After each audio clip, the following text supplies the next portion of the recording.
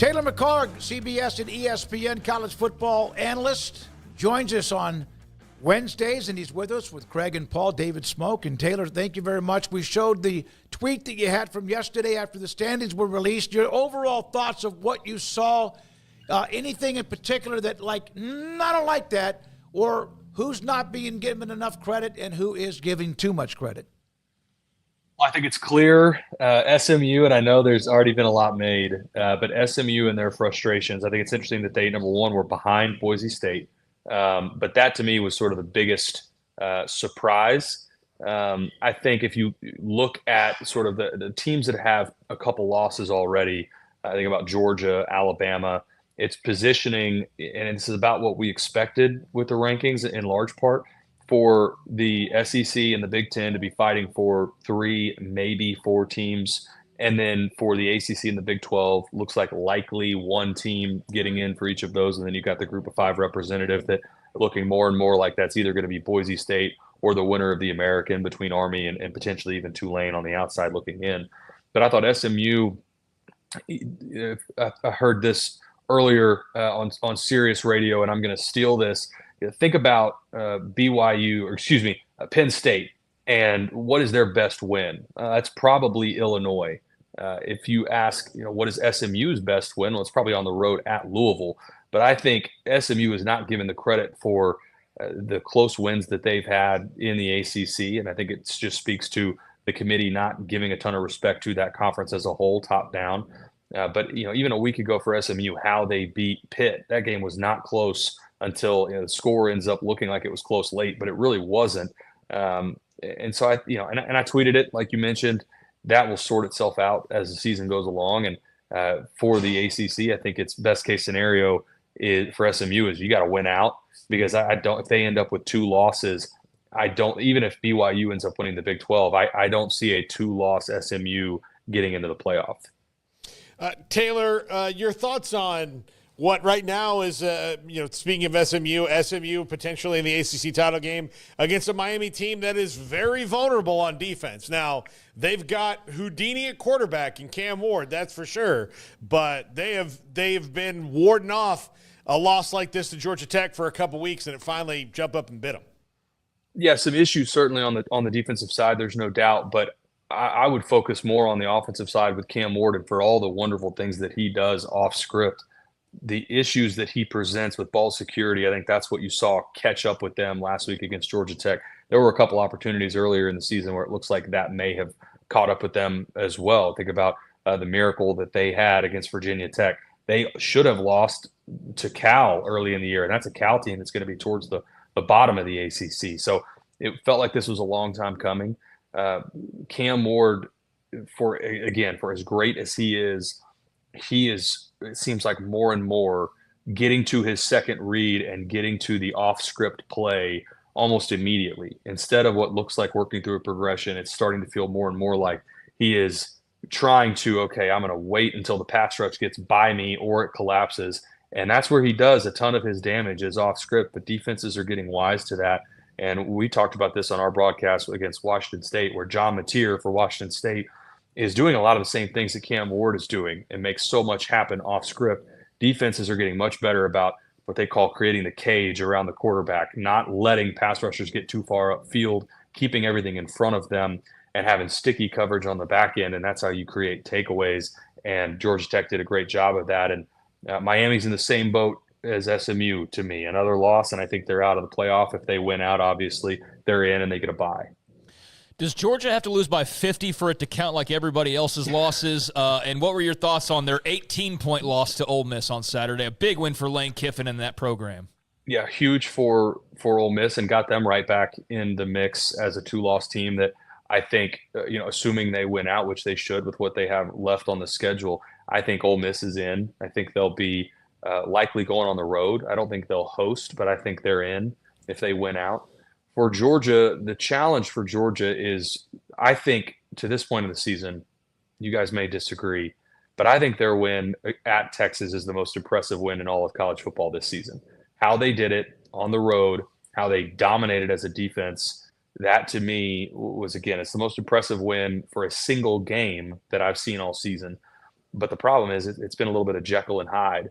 And for Georgia, you saw the issues. We talked about this with Cam Ward, the issues and turnovers for Carson Beck, that caught up with them as well. And I know it was a nasty game, but it was that way for both sides, and Ole Miss took advantage of it. Carson Beck and the turnovers, it's continued to be a problem.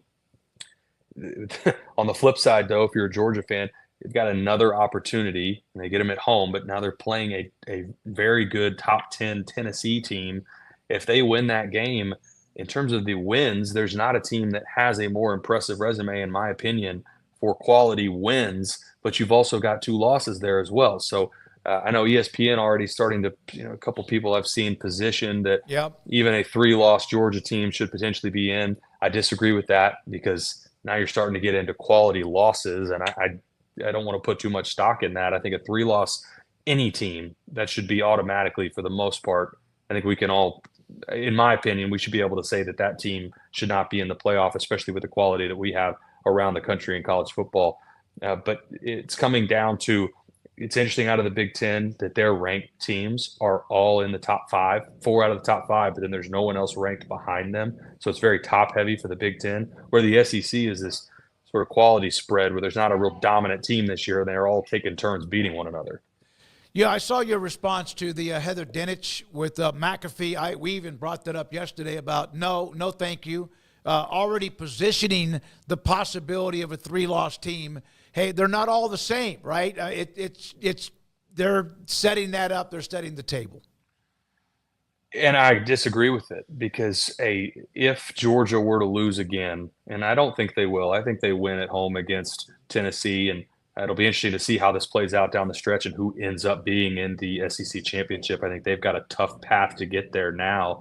But if they lose to Tennessee, to me, you're out, especially because they would have lost to them at home. I get that it's Alabama, Texas, and Tennessee, and those are 3 of the best teams in college football. But by losing to all 3 of them, I think you've proven that you're not one of the best teams in college football. If you lose 3 times, even if it's 2 of the best teams, if you play them 6 times and you lose all 6, I think that it's the same logic. And so to me, I think, again, 3 losses, that means you're out of the running because there's too much quality around them with teams that will have 2 losses. I think Alabama, Tennessee, Ole Miss, whoever ends up being the champion. The game that gets really interesting is what happens with Texas A&M if they beat Texas but don't go to, and I think they would go to the SEC championship. But both of those teams now sitting there with 2 losses, I think A&M likely works their way in. And so you've just got this mixed bag of teams at the SEC that I think will end up being pretty cloudy at the end, where the Big Ten seems like it's going to be a little more clear. The biggest question out of the Big Ten, what do you do with Indiana if they lose close to Ohio State? Because that's a team that quality wins. They don't really have very many. They have taken advantage of playing most of the bottom half of the Big Ten, but they're also, in all likelihood, going to end up at 11-1. Are you really going to leave out an 11-1 Big Ten team? I think they'll probably be in, but that will be a point of contention for SEC fans.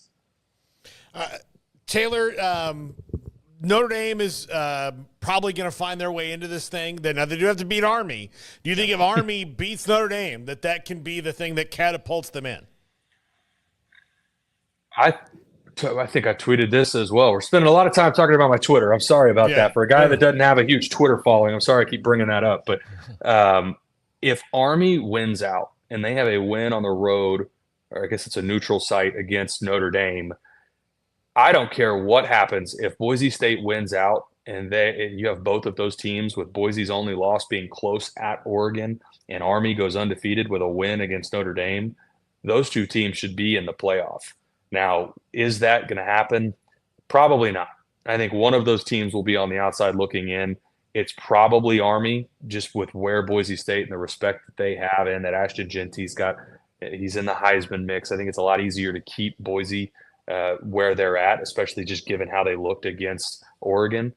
This all sorts itself out, obviously. If Notre Dame beats Army and Boise State wins out, well, then they're in. But if Army were to beat Notre Dame and those 2 teams, you've got them sitting there at the end, I would take both of those teams and those resumes in over some of these teams that we've talked about that have sort of been a round robin and have been beating one another in sort of that upper tier of the SEC. I'd have both of those teams, meaning Boise State and Army, in.